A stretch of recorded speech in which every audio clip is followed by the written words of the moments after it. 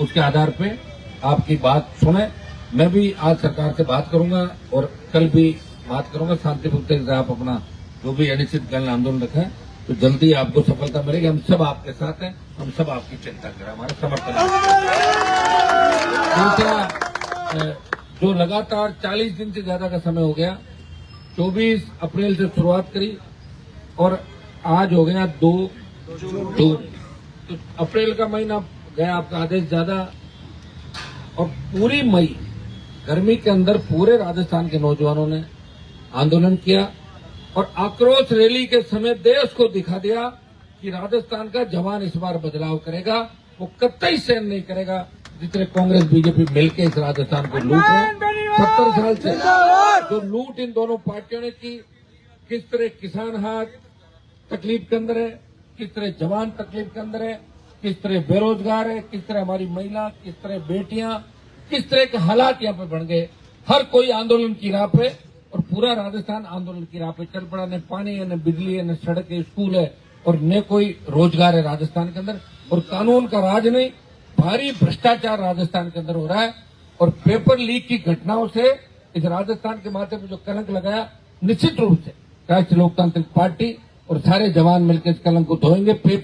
तमाम paper mafia, paper leak के आरोपी, तमाम वो नेता अधिकारी सब जेल के अंदर होंगे, सब सलाखों के पीछे होंगे। और भाइयों, जो लड़ाई आपने लड़ी, जो हुंकार भरी, ये जिस तरह आजादी के आंदोलन के अंदर 1857 की क्रांति को एक उसमें माना जाता है कि 1857 की क्रांति के बाद ही देश के अंदर हलचल मची थी अंग्रेजों के खिलाफ। इसी तरह पेपर लीक की जो घटनाएं हो रही है, जितनी भी फर्जी भर्तियां हो रही है, 25 मई को जो नौजवानों ने आक्रोश रैली की, उसकी आवाज मोदी जी तक और अमित शाह तक पहुंच गई कि राजस्थान का जवान इस बार बदलाव के मूड में, न वो भारतीय जनता पार्टी के झांसे के अंदर आएगा, न कांग्रेस के। चाहे कांग्रेस कितनी संविधान बचाओ यात्राएं निकाले और चाहे बीजेपी कितनी तिरंगा यात्रा निकाले, तिरंगा यात्रा तो सबका अधिकार है, तिरंगा तो हमारा सबका है, कोई बीजेपी का अधिकार थोड़ी है। लेकिन जो अभी ऑपरेशन सिंदूर हुआ और उसमें जिस तरह अमेरिका ने किरकिरी की हिंदुस्तान की, उस बात को भुलाने के लिए बीजेपी के लोगों के पास और तो कुछ मुद्दा बचा नहीं, इसलिए जगह जगह जाके और राजस्थान और आसपास के बॉर्डर के इलाकों में हमने ये कर दिया, वो कर दिया, नीचे तक बात पहुंचाओ। कभी कहते थे सिंदूर भर दो, ये कर दो, वो कर दो। तो ये मुद्दा शायद आपके सामने, और उनसे चूक भी हो गई। सिंदूर वाला मामला गलत उन्होंने बोल दिया, रगों में सिंदूर बह रहा है, हम घर घर सिंदूर भेजेंगे। तो सिंदूर तो अपना आप पति अपने पत्नी के भर देता, तो आप क्या भरोगे? हो रहा है तो ये भी प्रधानमंत्री जी को पूछ के भरेंगे क्या सिंदूर? तो अब इनको लगा कि गलत हो गया, तो अब कह रहे हैं सिंदूर वाला मामला तुम वापस ले रहे हैं। तो इनका कोई पता नहीं। भाई प्रधानमंत्री जी के मैं पास रहा हूं, मुझे पता है कि उनको पॉपुलरिटी कैसे मिले। एक ही मकसद है उनका कि मुझे नोबेल पुरस्कार मिले। 3 बार प्रधानमंत्री रह गए, इससे ज्यादा और क्या करोगे? बताओ, उम्र भी तो 75 के लगभग होगी प्रधानमंत्री की। इसके बाद तो अभी लगता है कि आदमी सोचे कि भाई मुझे मेरे जीवन में वो मिले। राष्ट्रपति का पद तो कोई महत्वपूर्ण नहीं, प्रधानमंत्री आगे है ही नहीं पद, वो तो संवैधानिक पद है। राष्ट्रपति को किसी को प्रधानमंत्री बनेगा, राष्ट्रपति को कहेगा मैं प्रधानमंत्री बनूंगा। राष्ट्रपति को जो कागज भेजते दस्तखत करना होता है, तो संवैधानिक प्रक्रिया तो करना ही पड़ेगा। तो मोदी जी की एक इच्छा है कि नोबेल पुरस्कार उनको मिले और वो अमर हो जाए और देश जाए बाढ़ के अंदर। और ऐसी ऐसी बातें करेंगे। कोविड के समय लोकसभा में भाषण दिया कि यहाँ कोरोना नहीं आएगा मित्रों। तो हम सब बैठे में तो बात हो गई होगी, ऐसा कोरोना आएगा। हम सब एनडीए में थे, 50-60 के करीब 2-3 मंत्री चले गए, एमपी खूब खत्म हो गए, डॉक्टर, इंजीनियर, आम आदमी 50 लाख लोग मरे थे कोरोना में। कितने? 50 लाख। सरकारी आंकड़े होंगे 4-5 लाख के। लोगों ने टेस्ट नहीं करा। दूसरी जो लहर आई थी उसमें ऑक्सीजन के अभाव के अंदर दम तोड़ दिया लोगों ने। जो पुराने जमाने के अंदर हम सुनते थे कि उस सन के अंदर इतने लोग मरे, मरी पड़ी, ये हुआ वो हुआ, वो हमने देखा कोविड काल के अंदर। तब सरकार यहाँ भी पॉलिटिक्स कर रही है। गहलोत की सरकार थी राजस्थान में, ऊपर बीजेपी की थी, तो बीजेपी वाले सामान कम भेजते, वहाँ कांग्रेस की सरकार है। और कांग्रेस वाले एमएलए जहाँ जहाँ अपने इलाके में एमएलए थे, वो मरीजों को पूछते कि सिर्फ जो इंजेक्शन है उसी के लगाना, रेमडेसिविर, जिसने कांग्रेस को वोट दिया। अगर आरएलपी बीजेपी के साथ रेमडेसिविर मत दो उसको, ऑक्सीजन सिलेंडर। तो पार्टियों को पूछ के इंजेक्शन लगे मेरे भाई। वो दर्द भी हमने आपका देखा।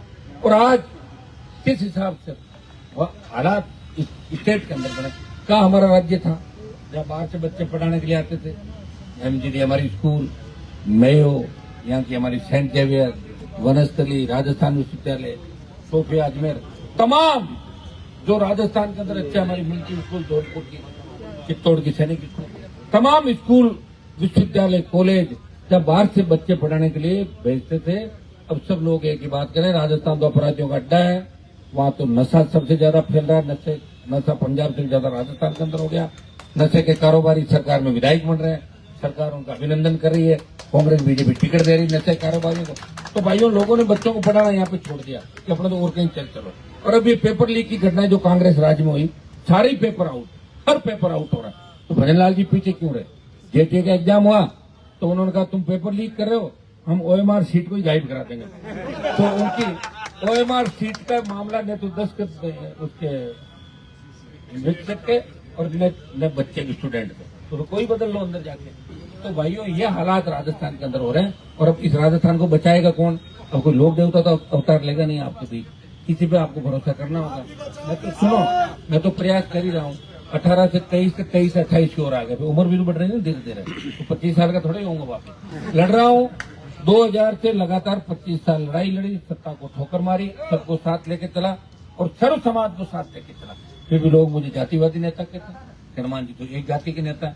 आप ये मुझे बताओ कि यहाँ जो ऐसा ही भर्ती दे रहे हैं RS 18-21 के अंदर जो पेपर लीक हुए, क्या एक जाति के लिए लड़ाई लड़ रहा हूँ मैं? इस राजस्थान को बचाने के लिए लड़ रहा हूँ।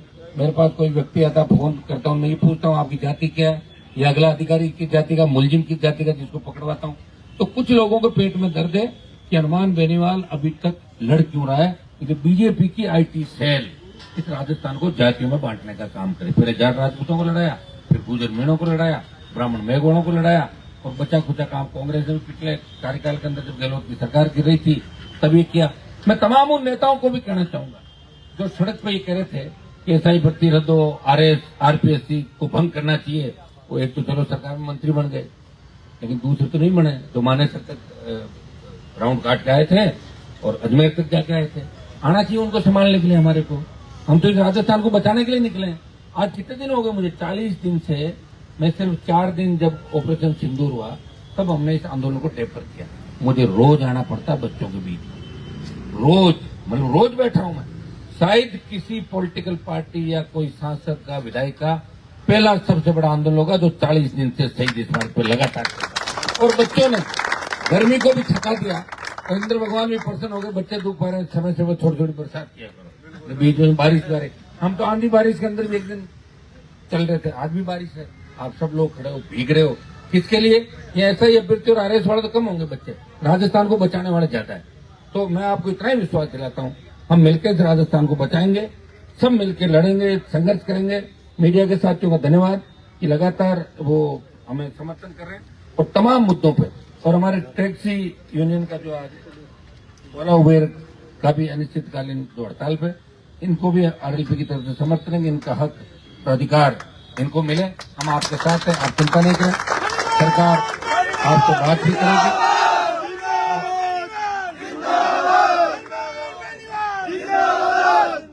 और जितने भी संगठन यहाँ लड़ रहे हैं, मैं ये कह रहा हूँ कि जो भी लड़ रहा है हम उनके साथ, न्याय के लिए जो भी लड़ रहा है उसके साथ। अन्याय के खिलाफ हमने हमेशा लड़ाई लड़ी बिना जान की परवाह किए और आगे भी लड़ते रहेंगे। भाइयों, इतना ही आपको आश्वस्त कर सकता हूँ कि आने वाला समय आपका राजस्थान के अंदर थोड़ी हिम्मत रखना। आप कई लोग सोच रहे होंगे कि रैली हो गई, 1 लाख बच्चा है। मैं धन्यवाद दूंगा। आप देश में कोई नेता ऐसा नहीं जो ट्वीट पे 1-1.25 लाख की भीड़ कर ले। उस गर्मी के अंदर आप लोग आए, आपने दिल्ली तक आवाज पहुंचाई, लेकिन आप थक मत जाना। आप अगर रैली तो हो गई, अभी भर्ती रद्द नहीं, चिंता मत करो भैया। देश को जब आजाद कराया था, जब 150-200 साल लगे थे, रैली होगी तो अपन कौन से हट रहे हैं? यही तो बैठे हैं। उस दिन अपन समाप्त कर देते, तब तो होता हम बीच में चले गए। रैली तो एक प्रोग्राम का पार्ट था। एक दिन गिरफ्तारी थी, एक दिन बड़ा रेला था। अब हो सकता है कोई रेलवे ट्रैक हो, कोई हाईवे हो, मोदी का आवाज भी हो सकता है, अमित शाह का आवाज भी हो सकता है, दिल्ली की तरफ भी कूच कर सकते हैं। प्रधानमंत्री मिलने का समय मांगेंगे, राष्ट्रपति का समय मांगेंगे। इस आंदोलन को पूरे देश के अंदर फैलाना पड़ा, फैलाएंगे। राजस्थान और देश का जवान इस बार आर पार की लड़ाई के मूड के अंदर है और भजनलाल सरकार को झुकाएंगे। आप सबको बहुत बहुत धन्यवाद। मिलकर लड़ेंगे। SI भर्ती रद्द करो, RPSC भंग करो,